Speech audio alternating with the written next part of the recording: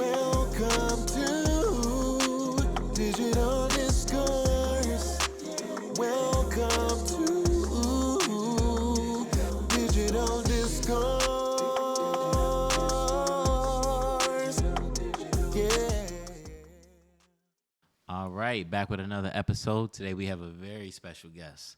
Award-winning journalist, media specialist, author, fashion icon, seen on TMZ, Fox News, owner of 35 Under 35. The list goes on. My man, the media prince. How you doing today, man? I'm doing stupendous. I'm here. That's good. That's good. I love it. Pulled up looking sweet, per usual. You know, I gotta catch the vibe because this whole look right here it speaks like epicness. So you know, a brother gotta dress for the occasion. Okay. Trust me, I appreciate it. Humbly, graciously. Your creativity speaks volume. As a creative, what drives you? I love this. Honestly, I think when I wanted to when I knew I was going to take on the full creative role of art in itself, I knew if I was going to do it, I had to love it. So that's what really drives me. I really love what I do so much that, you know, I could do it for free. I don't want to, but I could do it for free. So that's what really drives me. I live and breathe this media world. Like, Okay. I still get those butterflies. So it's like, No, that's nice. yeah. That's nice. A lot of people don't love what they do, so that's amazing. Man. Okay, so if you're doing it out of love, what would you say to somebody when it comes to doing it because it drives you and not trying to conform to what you think people like today? You need to really find that balance to add more of what you love into what you do. Because I do got to respect that you might get that gig or that job where you got to talk about this or you got to write about this or you got to anchor this. And that this may not be exactly what you care about. But you got to find some way to throw a twist of what you love into it so that when it's all said and done, it makes sense to why you did this in the first place. Or else you just coming to collect a check, which I ain't mad at. But after a while, the check can only do so much for your happiness. You're going to get to a point where you're not happy with the medium that you're putting at. I guess I can use Nicole Bitchie as XO Nicole now. A lot of us fell in love with her in the realm of Nicole Bitchie, which was controversial media takeout type, Perez Hilton, you know, that controversy, that gossip. Mm-hmm. And she really loved like lifestyle, curating, like positivity aspects to it to where she could branch and breed off. And she took that jump to finally just say, you know what, I ain't trying to do that gossip. I ain't trying to be conformed into that one lane. I'm actually do what I love, and now we see her peaking. So that's an example I could say in that. Trying to find a way to where you can finally bridge that gap to either where you can intertwine what you love with it or completely bounce and do your own thing. Okay. That's a good answer. Seeing that you're multifaceted and you've done a plethora of things that we'll get into later on in the interview, but as a black businessman, how important is it to support black business? It's very important to support black businesses because that's really your first monarch of audiences. Now, getting closer. Not all black businesses deserve support. Now, we just going to be honest with you. There's some black businesses that we are waiting for the IRS to come shut you down. But but it's good to support black businesses because they are, again, and aside from those, they are conducive to what you're doing and they're your first primary audience because we're black. So right. The first people that we want to gear to is those black businesses. Those are our supporters. So those are the businesses we should pour more into because they help generate the black dollar that increases the black wealth. But on the same side, we all know, and as you tuning in, you know it's some black businesses that you went to and was just like, damn, give me my refund. Nah, for sure. Some people are about the quality of what they putting out. Some people like, hey, I'm black, come fuck with me. Yeah, and then them the black businesses that ruin it for every other black business. Facts. When I watch your interviews, you cover the whole area. You cover Baltimore, VA, DC, Maryland. Yes, sir. And you always talk about it like it's one big area. It is. Which I appreciate. Mm-hmm. But a lot of people like to really make it clear that there's a difference. They really into that. This is this. This is that. This is that. Where you think that divisiveness comes from? I really couldn't tell you honestly because I guess I could try to paraphrase it in like a bigger way. It's hard to, and I'm probably taking it way out of proportion, but let's just get an example. It's hard to get into let's just say a crazy criminal. It's hard to get into the mind frame of why a criminal wants to do criminal activity. It's hard for me, as somebody that sees this whole like area as our own tri-state, to like understand what the mind frame of somebody that just is big on this is this and this is this. I really don't know where the divisiveness comes from, so I really don't have like a pinpoint. But honestly, if you smart, you can go on just, and this is anybody. This is an author. This is a chef. This is a musician. This is a poet. However realm of art you want to take it and where you want to go with it. You can go on a 25 city tour in just the DMV alone. Why separate what you can take over altogether? Spoken like a real businessman. I'm telling you. I want to be able to go to DC, Baltimore, Virginia, Woodbridge, Fairfax, Chesapeake, Ocean City. I want to be able to go to all these places within a matter of 3 weeks and be able to take over. Well, I mean, what are we talking about? Yeah. Like, we don't see the divide between Connecticut, New York, New Jersey. So why we got the division between DC, Maryland, and Virginia? Take it over. No, I get you. We're much stronger together than we are apart. Hell yeah. Moving on from business into fashion. So everybody saw Lil Yachty talking about how trends come from Atlanta. And then Jewels was like, nah, they come from New York. Where do you think the DMV stands in this conversation? To be quite honest, let's just take, like, far as fashion, I love Atlanta. I love you guys. You guys are home away from home.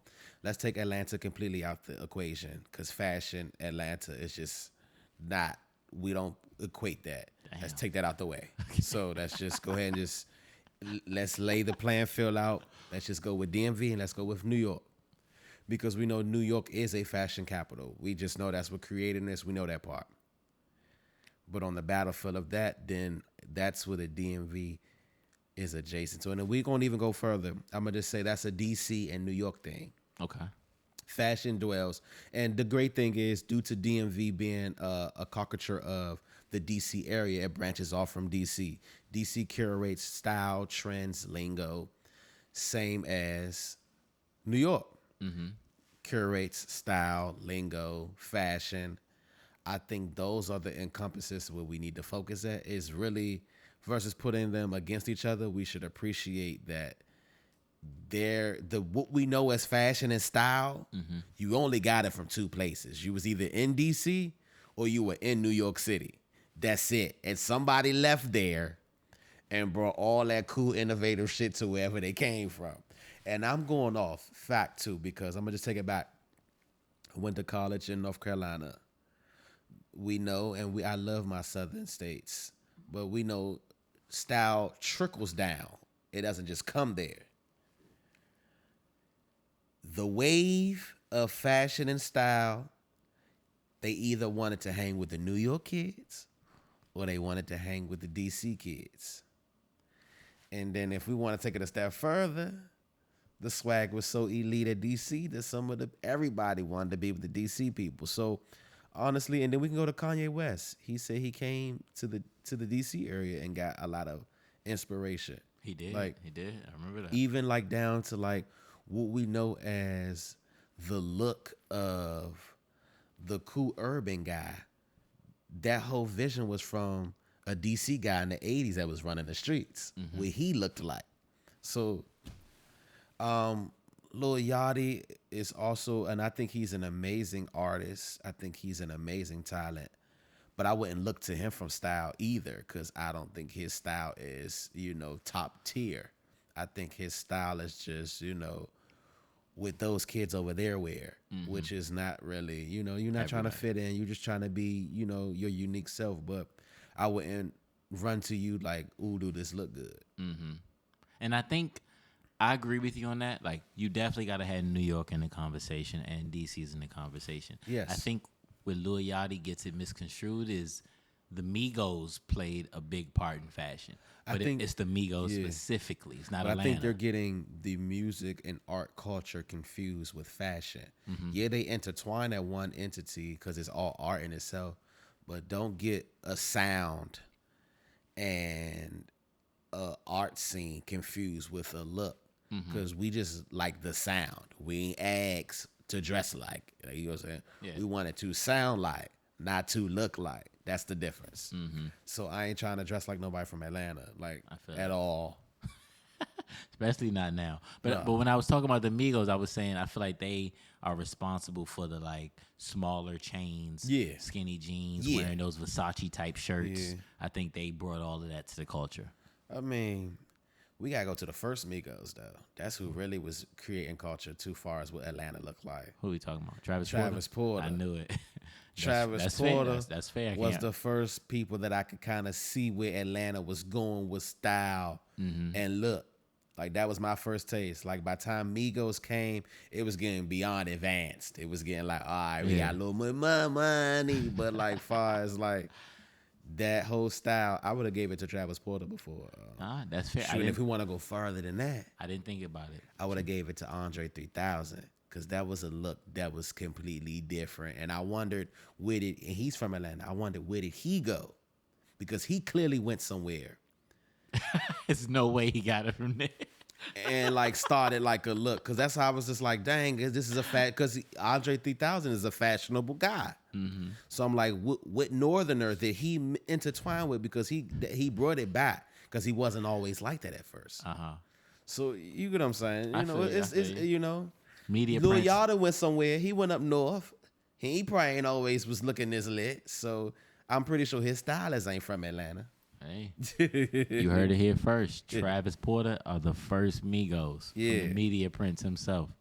When it comes to the outfits that you wear and you actually post a picture on your timeline, Got you. what's the rule on re-wearing those? 3 to 6 months.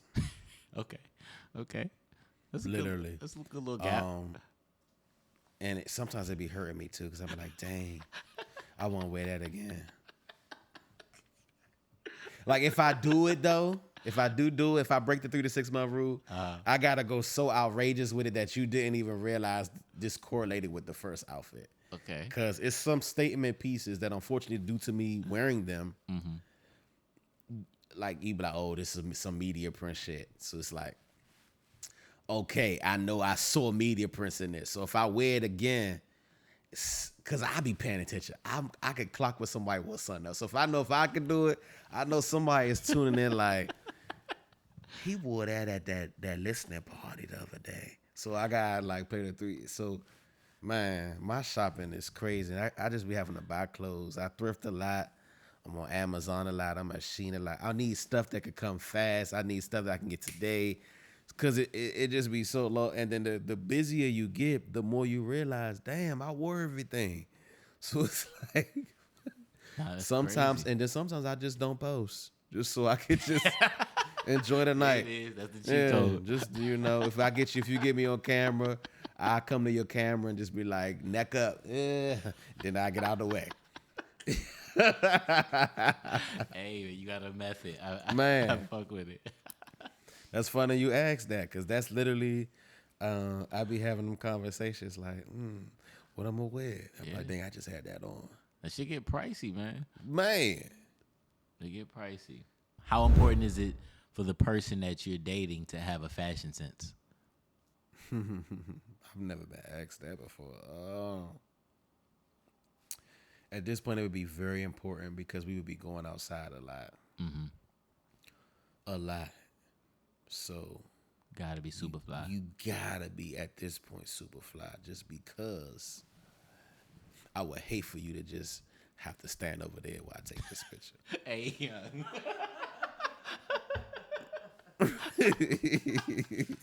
Hey. So serious too. Yeah. Well, hold this real quick.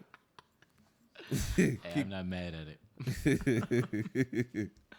Okay. When you worked with the Urban Informer, you were the album review editor, right? Ooh, you took it back. Yeah. A little something, something. So that just shows me that you kind of know how to critique music, at least at Yes. a industry level. Yes. So what's your take on that Apple Music Top 100 albums list?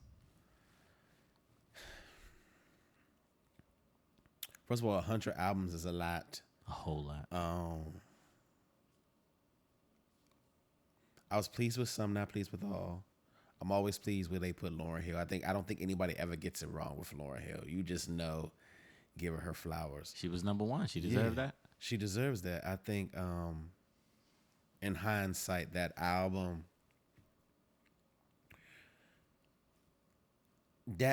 was so important because not only did it create a movement, it created conversations, it created thoughts, it created soundtracks.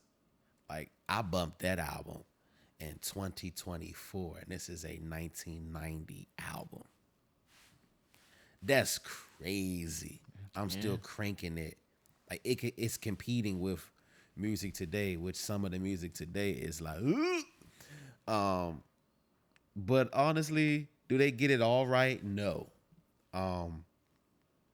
We also got to learn not to be biased when we're critiquing and sticking it to the exact same criteria. So whatever criteria you put Lauryn Hill's album to should be the exact same criteria for every other album. Because I feel like some of the albums were like maybe biased critiques, which we understand. That's to the discretion of the editor, of the publisher.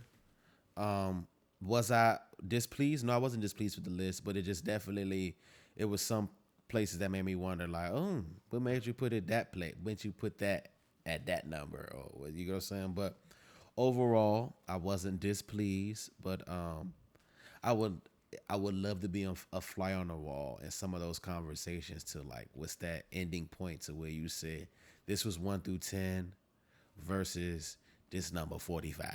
Right. Trust me, I wish I was there too. I would love to know. Because for me, they had, I think Lemonade, Beyonce's album, was number 9. And I personally don't even think that's Beyonce's best album. But what's your take on that? Nah, Beyonce's best album. Whew. This is a good topic because I don't critique her as like a beehive. I critiqued her as a music lover and like what like really makes my ear jump. As you should. And it's really Me personally, my favorite album by her is that 4 album. The one that had like Halo, Best I Never Had on it, Dance for You, all of that. I think Halo's on Halo was definitely I Am Sasha Fierce, but you were right. very close Right, with you're the right. other one. You had all the other ones right. Yeah. The best album for Beyonce, I think 4 was her most experimental album, but like maybe her best might be between B-Day and Beyonce. Like B-Day was crazy. Like B-Day was What's on that one? I can't remember. Freakum Dress, Get Me Body, Upgrade You, Oh. Deja Vu. Oh yeah. The Beyonce joint is fire too. And then Beyonce, those are probably like her best 2 albums. I think Lemonade was a nice mix between 4 and Beyonce. It was experimental, but it also catered the same like tone. Like you could play the Beyonce album, and then you can go straight into Lemonade, or you could play 4 and go straight into Lemonade. It like kind of conduces with that. But like B-Day and Beyonce. She was showing her ass in the studio with them 2 albums. Now, I'm not mad at Beyonce is fire. I think that was the first Beyonce album that I probably ran top to bottom. And Renaissance was really good too. I ain't gonna hold you. Renaissance it's getting to that boundary, but B-Day and Beyonce, it's a different animal. She was an animal in that studio with that. Okay. She was creating. Those were what I consider legacy albums. Like you could put on any year. No matter what year, and you're gonna vibe like it just came out today. That's that. Agreed. Whereas you put on Lemonade, it like puts you in a time frame. It don't feel like it just came out yesterday. It puts you in and I think that's the difference between like classic and timeless movie. Like classics put you back in like a moment in time where this was the vibe. Whereas a timeless music, you put that joint on, it sounds like it just came out today. So yeah. How do you feel just in general where we are with music today? Music today sucks ass, and then music today also is alright. That's how I could put it. It suck ass and it's alright. Like you hear them songs, you be like, "Where my check? Cause I promise you I can make this too." And then you have some music, you be like, I'm vibing. This is alright. Where was you at? But we're not really getting no classics no more, huh? We're getting potential classics. Okay. I guess it takes time to see where it goes. Yeah, like 2020s and up been different types of music. Like I think the last era where we were really getting like some good music was probably like 2016. Everything That was a year. Everything since then is just like you testing the waters. What can you do? How raunchy you can get, or how subliminal you can get, or just like how off the wall you can get. It's not like, and like some of this stuff too, will people think everything is just so artsy. No, sometimes it's just trash. It's just, I get it. You like, ooh, they're really already artsy, or they're like pushing the narrative. No, it's just trash. It's just stuff we're not used to in a while.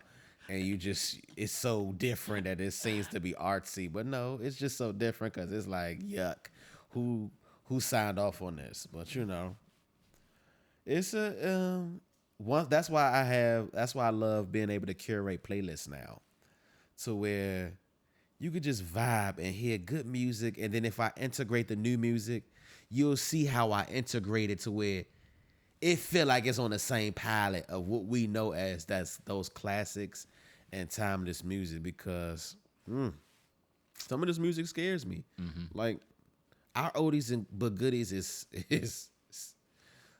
it ain't oldies but goodies. It's oldies but nasties. It's like, Yeah, I don't think the music we get now is definitely not timeless. It's definitely not timeless. can you imagine we 80? Our oldies but goodies bend that ass over. Shake that ass for Drake. Shake that ass for me. Let and make sure you let the coochie breathe. Yeah. Yeah. Damn. You got a good point. Can Can you can't bump imagine when that at Diana Ross heard that? She probably was like, "Wait, what? She probably shed a tear. Let what breathe?" Didn't even say coochie back then. Man. Well, this is. I think too today's music too. And I think I'm getting this as I'm getting older, is we've already experienced our music. We're now experiencing their music. So I think our music cap was 2016. Okay. I think going forward has been their music, and like how we're like, since we're still millennials and we're still curating what culture and trends are, we're able to now have a voice in what is their culture now. But I think today's music is I think the aight stuff like transcends to what we know as our music, and then the trash stuff is what they like today. And they like some trash right now, and so. But we had ours, cause Sexy Red could be like our D4L, that Mr. Bubblegum, the Chico stick. Like people ain't really spinning that. I thought that was trash too. Nah, it was trash, but that's what I'm saying. We ain't taking it to the future with us. Nobody's spinning that. You right. So I guess you could say it like that. But then at that point, how many of those type of artists are we gonna keep letting through the door? Because that's just a really waste of money that you could be putting into some. But again, it's a business. Yeah. So yeah. What makes it go makes it spin. But and also when that was that D4L and like them Franchise Boys era. I don't even think that was our music either at that point. I think ours was still growing. I think we were just old enough to understand, but I think we were in the era directly before us. That was their music. You might be right because we didn't actually understand what that song was about. Yeah. We was just like, we're grown enough to listen to it. So you might be right. Our eras of music started to like really come into like we more of chingy. We more that was like stuff that when we were able to, like I say, once we hit like 11 to like 16 was like those artists started our sound and what we knew, and then we grew from there. Probably up until like I guess it could end with like Drake, Kendrick, J. Cole, Nicki. That was like our I, everything going forward past then ain't us no more. And everything behind that was them before us. Yeah. So Okay, I can see it that way for sure. How does music influence your everyday life? man, music is life. That's how I drive. I feel that. That's how I depend on what song. That's how my road rage is determined. That's how hard I work out in the gym. That's how much in my bag I feel like being. You know, you got them songs while you walking down the street, and you just be like, you could tell like, oh, that's this, yeah, his chest Shoulders out, back a little yeah. bit. My man got Kendrick in his ears right now. Music is life, man. That's just how like everything about music is. Cause I have a minor in music too, so music just been my life period since I was a kid. So that's all that was like my first way into the art world is music. From church, my grandmother, my mom singing, my uncle, my brothers, everybody singing. So it's just like music is just like the passageway into life. Okay.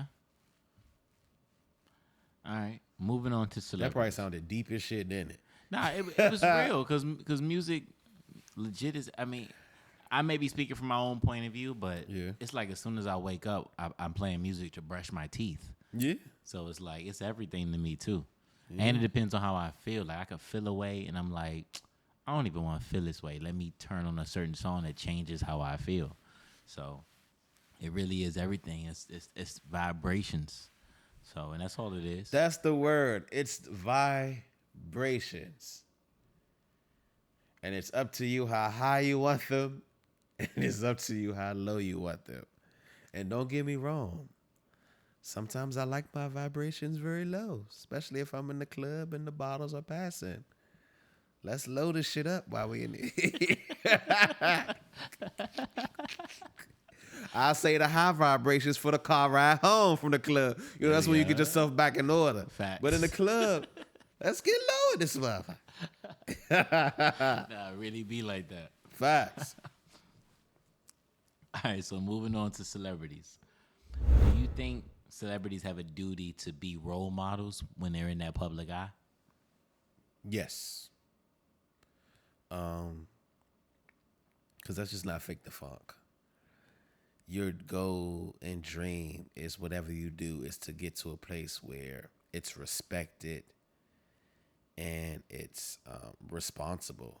So if you know your goal is to be a celebrity and you know you want to be able to have influence and power, then come on now, you know you got to be that's a role model. That mean who if they looking at you now, so that means you're the example, which makes you the role model. Now I understand you may not have wanted to be a role model, but you don't see the girl at Chick-fil-A trying to influence the world. I love you, Chick-fil-A. Don't take that as a dig. But the moment you step foot to like try to be something and create change and create conversation and create a movement, you're a role model, man.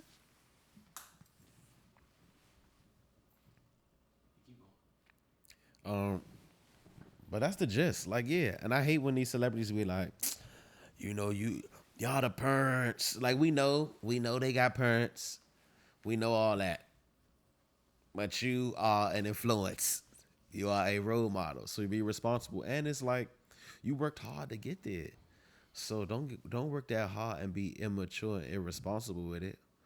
You know, you do dumb stuff, you get dumb prizes. And we're seeing in 2024, we're seeing that dumbness catches up to dumbness. So it's either you're gonna be responsible or get out the way because there's somebody else working very hard to get in your position that's gonna use it right. So yes, I do think celebrities are inherently role models. Very well put, and I agree. You do have some stuff is You just could be inherent. giving me that check, and I could be out here influencing the right way. For sure. Got me listening to your dumb ass. Especially once you know that people move based on what you do, whether you want to do it or not, you got a responsibility at that point. Whether you took it on or not. Right. Because you either want to lead dummies or you want to lead some motherfuckers that's going to come up here and do something great like you. Facts. Like, then that makes me, who are you? Yeah, because even if you don't want to do it and you preaching something negative, you know that people are doing negative stuff. Right. So you either, rather you don't want to or not, you're like, okay, well, I'm going to allow them to keep being negative or I'm going to do something to counteract that. Right. So I'm with you on that. Chris Brown. Chris Brown, at least from my perspective, is one of the few celebrities who he don't really get no grace. Like, I get he always doing something, but people in 2024 still will bring up, like, I won't listen to Chris Brown because he hit Rihanna in 2009. Mm-hmm. And, of course, that's horrible. Mm-hmm. But, you know, why does it seem like he's not worthy of rehabilitation? Yeah. And I get that. And, of course, you have to respect how everybody's feelings and what their trauma is or how they look at a situation. Mm-hmm. So if, unfortunately, you have him in that light, I always say, if you do something, you got to stand on it. So if you did something bad, you have to understand that might be the potential consequence that follows you forever, no matter how much more good you do. Mm-hmm. And you just have to be able to stand in that and be okay with that. I got to see Chris Brown in concert, and he was dynamic. Maybe one of the best concerts I've seen and one of the best performers I've been able to experience in my lifetime here. Mm-hmm. Of course, and I've seen Beyonce, and I think he's up there with her as far as performers. And like, Chris Brown is dynamic, but I know that there are people like me and there are people that are not like me. I can differentiate your art from your personal life. He can go down Hollywood Boulevard and slap a whole line of people if he would like to. You get what I'm saying? Uh-huh. It's up to me to want to consume his art versus consuming who he is outside the art. And I think that's what we get it confused at, because the art they give us is for us to consume in an art creative way. I'm not walking away listening to Chris Brown thinking about domestic violence. I'm walking away thinking like, oh, he changed my mood. This song put me in a vicious mood. It made me creative, made me want to write. I've inspired. Mm-hmm. Now, I'm not saying negate the fact that he might have interviewed months, kicked a few people. You know what I'm saying? I'm not saying you got to negate that, but it's just like, if you're going to do that to him, you got to do that to everybody. And all these celebrities are still people who do shit in the dark that sometimes might could come to light. But again, I'm going to just say this. We glorify people like Albert Einstein. But he could have had 4 bitches locked up in his basement. We don't know that though, but we know him as the genius to be. You know what I'm saying? Mm-hmm. So it's like, are we going to enjoy the art, or are we going to just sensationalize the personal? And if you're going to sensationalize the personal, then how long you going to keep investing into him? Because if this is not who you want to be tuned into, tune in somewhere else. You want him to show up and do his job? Let him show up and do his job. But I think he's one of the greatest performers we get to experience in our lifetime of this new era, because a lot of people didn't get to experience Michael Jackson. But seeing Chris Brown, he was flying in the air, he was back flipping.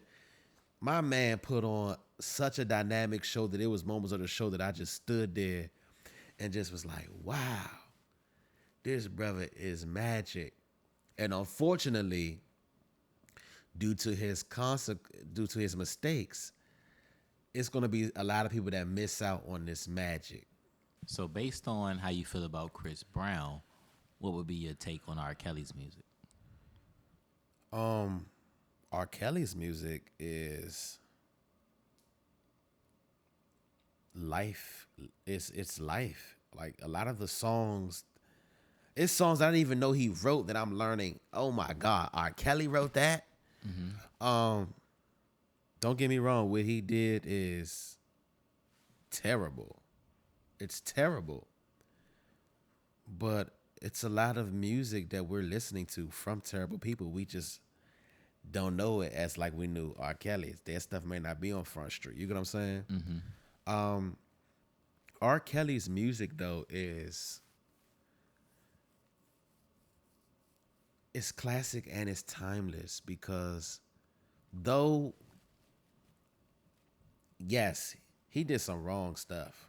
Like I won't negate that, and I'm here for all women being hurt. I'm here for women because as I came from a woman, that's no ifs ands or buts.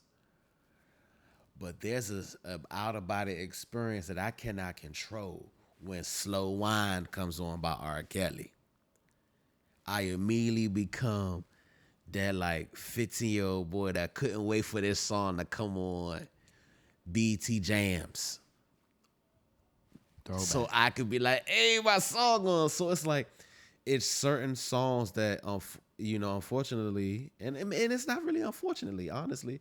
It's just certain songs, and I think that's what music is.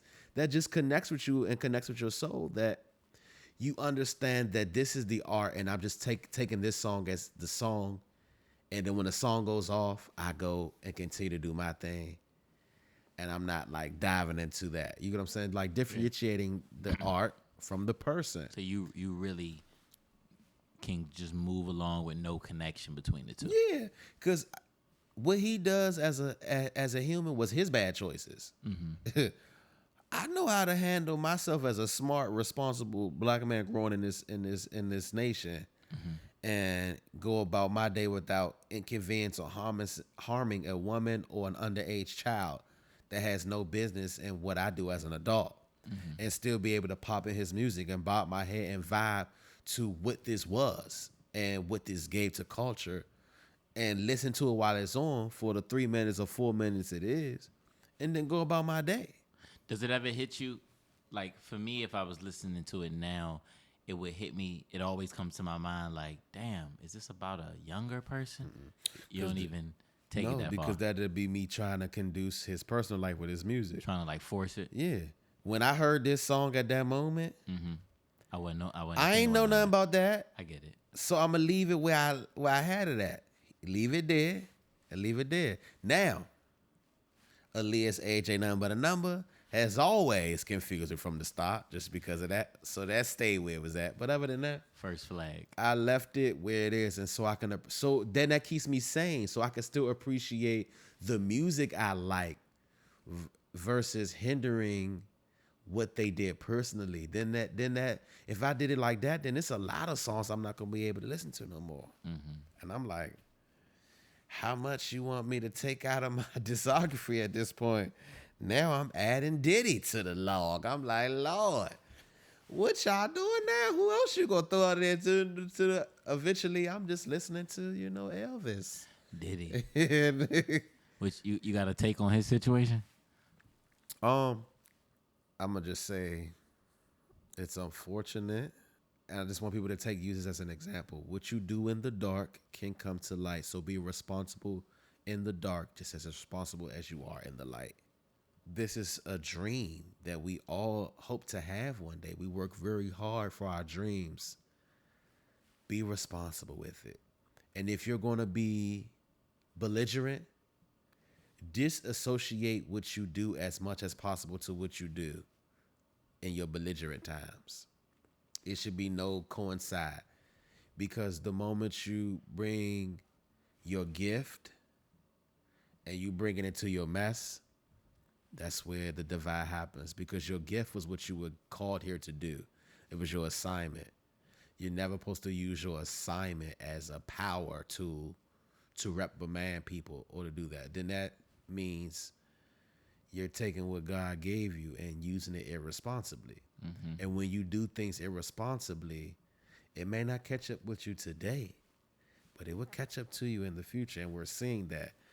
And I think at this age in the game, I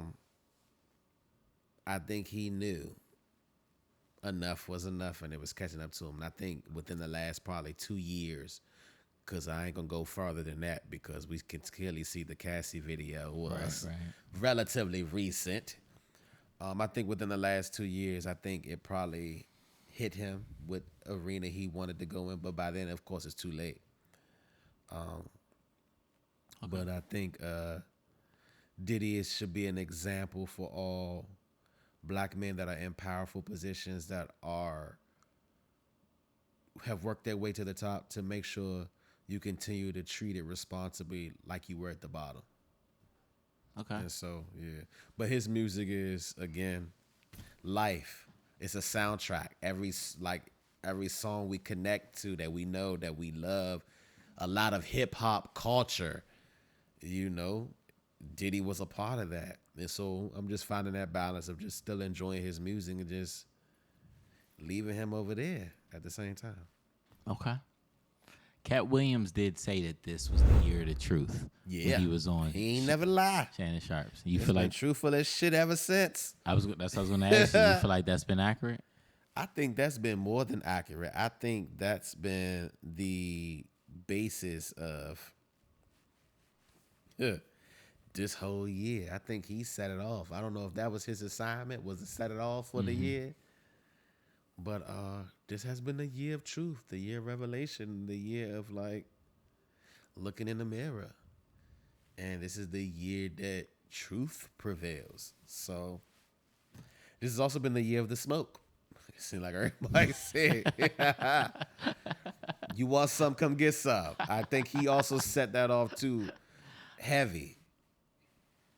Welcome to 2024, baby. Yeah. Okay. All right. The last question I like to close out with usually is, if you had the attention of the world for 30 seconds, what would you say? Hi, I'm the Media Prince, an award-winning entertainment journalist. And if you don't know, you should know. I'm the best at what I do. Hurry up and catch on, because this 30 seconds is up. Hey. Straight like that. Well, that's all I got for you, man. Hey. I appreciate you coming through. Appreciate the energy. No, it's a vibe. I've been wanting to come here for a minute, so now I'm finally in the chair. So, yeah, we lit. It is a stamp now. If the Media Prince is here, that means you behind. Well, actually, he early on the wave, so you're not behind. You still got a chance, maybe. Anything else you wanted to leave out for the people? Just take it as everything in hindsight. Be responsible, be smart, be you, and love what you do. Either get in the way or get out the way.